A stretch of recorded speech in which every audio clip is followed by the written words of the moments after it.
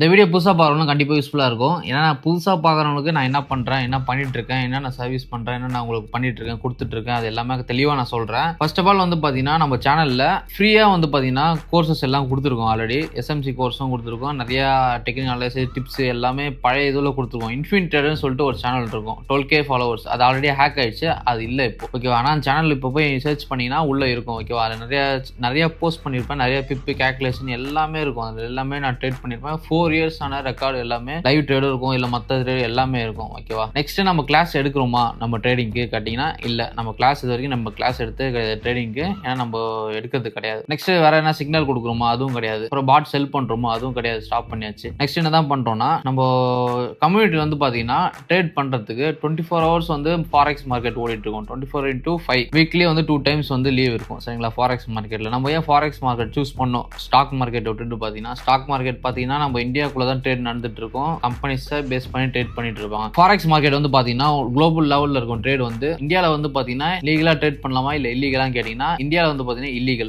Example அப்போ நிறைய பேர் ட்ரேட் பண்ணிட்டு இருக்காங்க, நீங்களே ட்ரேட் பண்ணுறீங்க, அப்போ எப்படி ப்ரோ இல்லீகல் எப்படி ட்ரேட் பண்ணுறீங்கன்னு கேட்டிங்கன்னா சிம்பிளாக சொல்கிறேன், நல்ல தெளிவாக தெரிஞ்சுக்குவோம். நிறைய பேர்கிட்ட இந்த கொஸ்டின் இருக்குது, அந்த கொஸ்டினுக்கான நிறைய பேர் ஆன்சர் கிடையாது, ப்ராப்பரான ஆன்சர் கிடையாது. ஓகேவா? நான் ஒன்று எப்படி சொல்கிறேன்னா, இப்போ டாஸ்மாக் போகிறீங்க சரிங்களா, அங்கே போயிட்டு நீங்கள் வந்து ஒரு ட்ரிங்க் குடிக்கிறீங்க. ஆனால் கவர்மெண்ட் என்ன சொல்லுதுன்னா அது குடிக்காதீங்க, அதுலேயே வந்து எல்லாமே போட்டிருக்கோம், இது வந்து குடிச்சா ஆபத்தானது அப்படின்னு சீக்ரெட்லையும் போட்டிருக்கோம், எல்லாம் போட்டிருக்கோம். ஓகேவா? அதே மாதிரி தான் ஃபாரெக்ஸும். ஓகேவா? கவர்மெண்ட் என்ன சொல்கிறேன் இது பண்ணாதீங்கன்னு சொல்கிறாங்க, பட் இருக்கும். ஓகேவா? ஃபாரெக்ஸ் இந்தியாவில் இருக்கும், ட்ரேட் பண்ணலாம். ஓகேவா? சப்போஸ் வந்து அந்த கம்பெனி க்ளோஸ் பண்ணிட்டாலும் அந்த ஃபண்ட் எடுத்துகிட்டு ஓடிட்டு போனாலும் அதுக்கு வந்து இந்தியா பொறுப்பு இல்லைன்னு சொல்லிக்கிது முன்னாடியே வந்து. ஓகேவா? எக்ஸாம்பிள் டாஸ்மாக் மாரி. ஓகேவா? ட்ரிங்க்ஸ் குடித்தாலும் எதுவும் ஆனாலும் நாங்கள் பொறுப்பு கிடையாது, ஆனால் பட்டு யூஸ் பண்ணிக்கலாம், இது வேணால் ட்ரேட் பண்ணிக்கலாம்.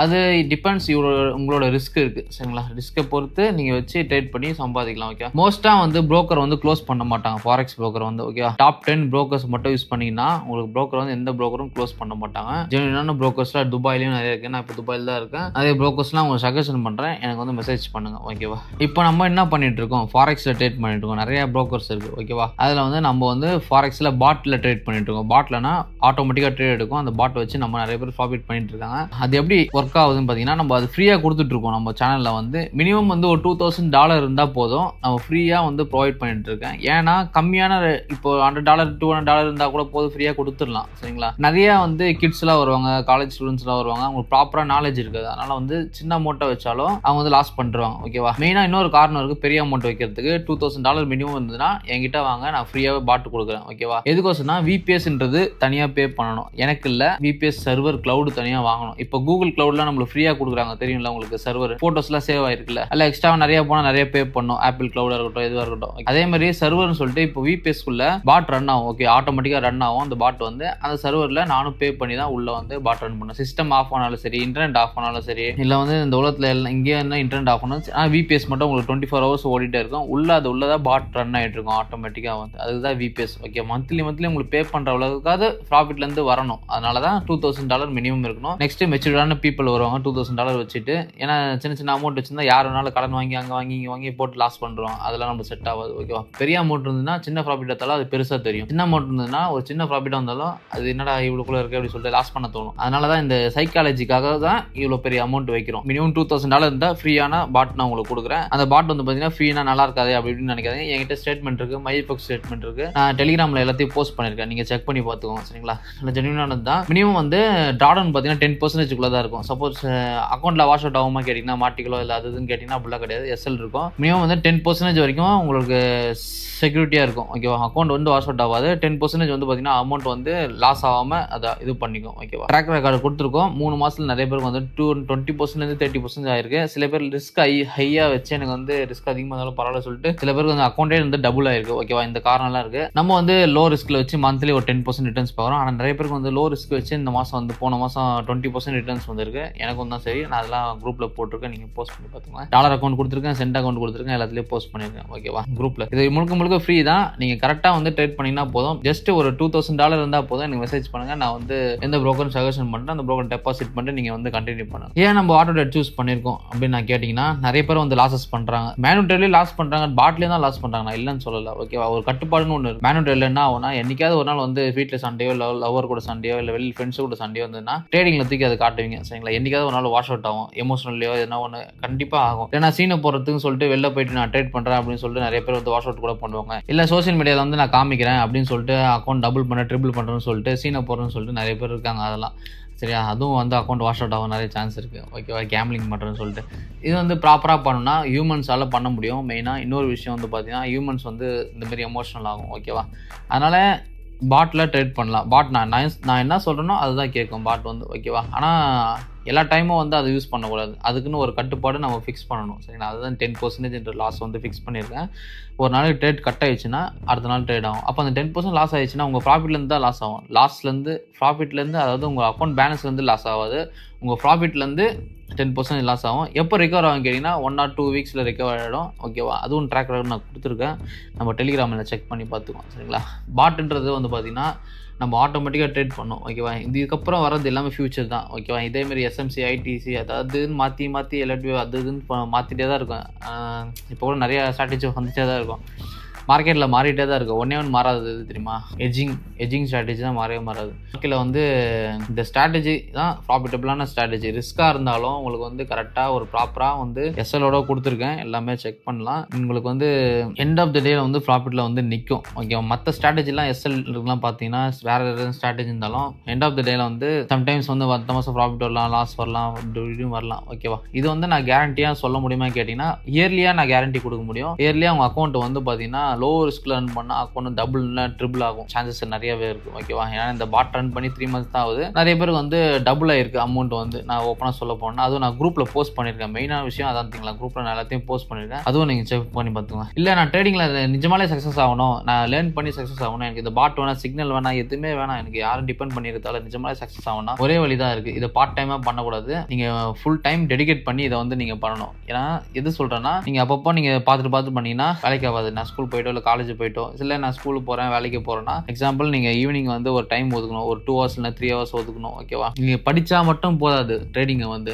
அதை வந்து நீங்கள் வந்து ப்ராக்டிஸ் பண்ணணும். மெயின் திங்ஸ் வந்து ப்ராக்டிஸ் எப்படி பண்ணுறதுன்னு கேட்டிங்கன்னா டெமோ அக்கௌண்ட் கிரியேட் பண்ணிக்கோங்க. ஃபாரெக்ஸில் வந்து டெமோ அக்கௌண்ட் வந்து MT4 MT5 இல்லை MT5 சூஸ் பண்ணிக்கோங்க. சூஸ் பண்ணி அதை டெமோ அக்கௌண்ட் கிரியேட் பண்ணுங்க. எஸ்எல் எங்கே வைக்கிறது, டிபி எங்கே வைக்கிறது, எவ்வளோ டிஸ்டன்ஸில் வச்சா எஸ்எல் இருக்கும், டிபி வச்சா எவ்வளோ இருக்கும், லாட் சைஸ் தான் மெயின். ஓகே, அக்கௌண்ட் சைஸ்க்கு ஏற்ற மாதிரி லாட் சைஸ் யூஸ் பண்ணுங்க. $1000 0.01 யூஸ் பண்ணுங்க, $10,000 0.10 யூஸ் பண்ணுங்க. லாட் சைஸ் ரொம்ப பெருசாக போகாதீங்க, பெருசாக போனீங்கன்னா டக்குன்னு வாஷ் அவுட் ஆகும். லாட் சைஸ் ரொம்ப சின்னதாக யூஸ் பண்ணீங்கன்னா டக்குன்னு வாஷ் அவுட் ஆகாது. மார்க்கெட் எவ்வளோ தூரம் கீழே போனாலும் மேலே போனாலும் உங்கள் லாட் சைஸ் வந்து உங்களை காப்பாற்றும். ஓகேவா, அதனால வந்து லாட் சைஸ் அக்கௌண்ட்டுக்கு ஏற்ற மாதிரி லாட் சைஸ் ரொம்ப ரொம்ப முக்கியம். அது மெயினாக வந்து லேர்ன் பண்ணுங்க. ட்ரேடிங் கற்றுக்கிறீங்களோ இல்லையோ, எங்களுக்கு ஸ்ட்ராட்டஜி எனக்கு தெரியலையோ இல்லையோ, அக்கௌண்ட்டுக்கு ஏற்ற மாதிரி லாட் சைஸ் கற்றுக்கோங்க. அதை எப்படி கற்றுக்கிறது அப்படின்னு கேட்டிங்கன்னா $1000 0.01 மட்டும் யூஸ் பண்ணுங்க, அதுவே போதும். மந்த்லி ஒரு 10% ரிட்டர்ன்ஸ் வரும்.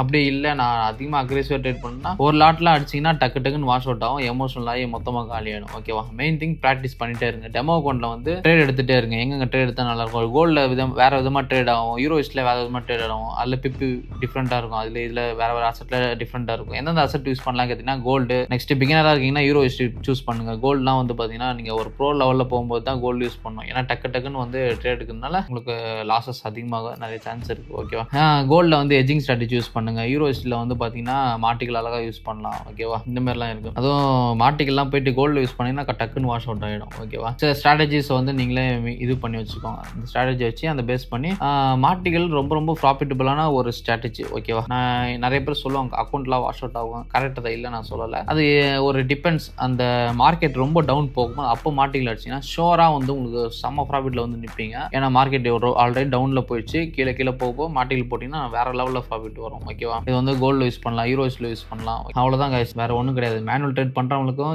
வித்தியாசம் இருக்குது, பாட் ட்ரேட் பண்ணுறவங்களுக்கும் வித்தியாசம் இருக்குது. மேனுவல் ட்ரேட் பண்ணணும்னா நீங்கள் கான்சன்ட்ரேட் பண்ணி உள்ளே அதே இடத்துல இருக்கணும். ஒரு லேம்பகோனி போகுது வெளியில் ஸ்பீடாக ஓட்டின்னு போகிறோம், ஒரு நாள் வாங்குவோம் நம்மளும். ஓகேவா, அதுதான் டெடிகேட் பண்ணிட்டு இருக்கேன். முடிஞ்ச அளவுக்கு நான் துபாயிலே இருக்க ட்ரை பண்ணுறேன். ஓகேவா, ஏன்னா நான் இங்கே இருந்தால் தான் என்னால் எல்லாத்தையும் பண்ண முடியும். நம்ம இந்தியாவில் அது மாதிரி இருந்துட்டால் எதுவும் பண்ண முடியாது. நிறைய ப்ராப்ளம் இருக்குது இந்தியாவில் வந்து பார்த்தீங்கன்னா, பாலிடிக்ஸ் நிறையா இருக்குது. ஓகேவா, நம்ம வளர விட மாட்டாங்க. வளர்ந்தாலும் வச்சுக்கோங்களேன் இறக்கிடுவாங்க, எப்படியும் இறக்கிடுவாங்க. எவனோ ஒன்றா கமிஷன் கொடுக்கணும் தேவையில்ல, இதெல்லாம் நான் சொல்லக்கூடாது. ஓகேவா, நீங்கள் வளர்ந்து வரீங்கன்னு வச்சுக்கோங்களேன், எல்லாருக்கும் வந்து லஞ்சம் கொடுக்கணும். ஒரு ஆளுக்கும் கொடுத்து மேலே வரணும். நான் துபாயில் அப்படி கிடையாது, யாருக்கும் கொடுத்தவரை நீங்கள் தான் ராஜா. சரிங்களா, ப்ராப்பராக நீங்கள் பண்ணுறீங்கன்னா எல்லாமே லீகல் தான். இங்கே ஃபாரெக்ஸ் எல்லாமே பார்த்தீங்கன்னா ஃபாரெக்ஸ் வந்து ஃபண்ட் அக்கௌண்ட்டு எல்லாமே லீகல் தான். துபாய் மூவ் ஆகணும் அப்படின்னா ஆசை இருக்குன்னா உங்களுக்கு வந்து விசா எடுத்துக்கோங்க. இன்வெஸ்டர் விசா இருக்குது, அப்புறமேட்டு ஃப்ரீலான்சர் விசா இருக்குது, எல்லாம் எம்ப்ராய்டரி உங்களுக்கு ஆதார் கார்டு மாரி இங்கே வந்து கொடுத்துருவாங்க. கொடுத்துட்டிங்கன்னா பேங்க் அக்கௌண்ட் கிரியேட் பண்ணிட்டு இங்கே ஸ்டார்ட் பண்ண ஆரம்பிங்க. ஸ்டார்ட் பண்ணிங்க இங்கே ஒரு ரெசிடெண்ட்டாக மாறுங்க. ஓகே, மாறிட்டீங்கன்னா ஆனால் நிறைய செலவாகும். அது முதல்ல பார்த்துக்கோங்க. மந்த்லி ஒரு 5 லட்சமாவது வேணும். சப்போஸ் ரெண்ட்டுக்கு பே பண்ணணும், அது இதுன்னு விசா ரினியூவல் பண்ணணும், அது வருஷத்துக்கு சொல்கிறேன். அது பண்ணும்போது உங்களுக்கு வந்து ஒரு 5 லட்சமாவது கையில் வேணும். ஃபுட்டு அது இதுன்னு சேர்த்து ட்ராவல்ஸ் எக்ஸ்பென்சிவோ, அது ட்ராவல் அது ஒரு விஷயம். ஓகேவா, லைசன்ஸ் வாங்கினா 1 லட்ச ரூபா இருக்கணும் உங்களுக்கு. லைசன்ஸ் அப்போ தான் வந்து கொடுப்பாங்க காருக்கு வந்து. அதெல்லாம் இருக்குது. ஓகேவா, ரூல்ஸ் கரெக்டாக இருக்கணும். அங்கங்கே ஃபைன் போடுவாங்க. இங்கங்கே ரோட்லலாம் நீங்கள் ஓட்டக்கூடாது. ஒரு சைக்கிள் ஓட்டினா கூட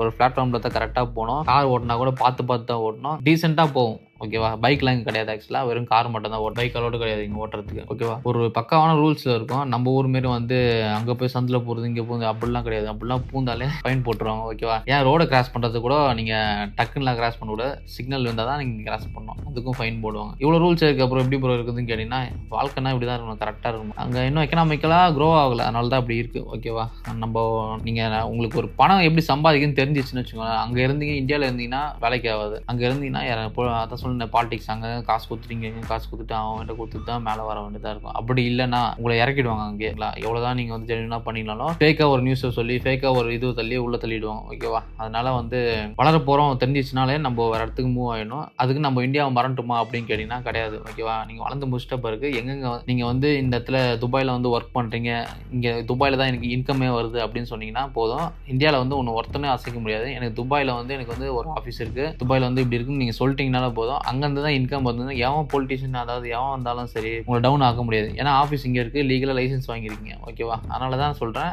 இங்கே மூவ் ஆகிட்டு வந்துட்டு இங்கே ஆஃபீஸ்லாம் ஓப்பன் பண்ணிட்டு அது இன்னும் இங்கே செட்டில் பண்ணிட்டு பேங்க் அக்கௌண்ட்லாம் கிரியேட் பண்ணிட்டு அப்புறம் இந்தியாவுக்கு வந்துருங்க. உங்களுக்கு ஃபேவரட்டான இந்தியா தான் பிடிக்குன்னா இந்தியாவுக்கு வந்துருங்க. சரிங்களா, எவனும் அசைக்க முடியாது. நீங்கள் பணக்காரன போய் எவன்கிட்ட நீ லஞ்சம் கொடுத்து தேவை. ஓகேவா, ஆனால் நீங்கள் இந்தியாவிலே வளரணும்னா அவனுக்கு லஞ்சம் கொடுத்து தான் வரணும், மேலே வரணும். சரிங்களா, இவன் வந்துட்டு காசு கொடுத்து தான் நீங்கள் மேலே வர வேண்டியதாக இருக்குங்க. காசு கொடுக்காம நீங்கள் போயிட்டீங்கன்னா டக்குன்னு கீழே இறக்கி விட்டுருவாங்க. மெயின் திங் அதை பார்த்துக்கோங்க. ஒரு 2 வருஷமாவது இங்கே இருந்தால் தான் நம்ம சர்வே பண்ண முடியும். நான் ட்ரை பண்ணுறேன். நான் இங்கே தான் இருப்பேன். ஒரு 2 இயர்ஸ்க்கு இங்கே தான் இருப்பேன். இருந்துட்டு நான் முடிஞ்ச அளவுக்கு நான் க்ரோ ஆகிட்டு வரேன். அப்படின்னா ஒரு பிச்சைக்காரனாக வரேன். சரிங்களா, ஒரு 2 வருஷம் டைம் இருக்குது. அந்த 2 வருஷத்தில் நான் என்ன பண்ண முடியுமோ பண்ணுறேன். அதே மாதிரி லைஃப்பில் உங்களுக்கு சக்ஸஸ் ஆகணும்னா ஒரு 5 வருஷமாவது எடுக்கும் கண்டிப்பாக. சரிங்களா, நீங்கள் அந்த இடத்துல இருக்கீங்கன்னா கண்டிப்பாக ஆகும். நான் எந்த அளவுக்கு வீடியோ போட்டேன்னு அது பழைய சப்ஸ்கிரைபருக்கு எல்லாமே தெரியும். கேவலமாக ஒரு வீடியோ போட்டிருப்பேன் ஸ்டார்டிங்லாம். சரிங்களா, அதனால் வந்து நம்ம சக்ஸஸ் வந்து ஒரு 5 இயர்ஸாக தான் ஆகும் கண்டிப்பாக. யாராக இருந்தாலும் சரி, மதன் கௌரி இஃபான் யாராக இருந்தாலும் சரி, கஷ்டப்பண்ணி ஸ்ட்ரகிள் பண்ணி வீடியோஸ் போட்டு அது பண்ணி இது பண்ணி ஒரு 5 வருஷம் டெடிகேட் பண்ணி அதிலே இருந்தீங்கன்னா ஒரு 5 இயர்ஸாவது கண்டிப்பாக ஆகும். ப்ரோ 5 வருஷமாக என்னால் முடியாது ப்ரோ அப்படின்னு கேட்டிங்கன்னா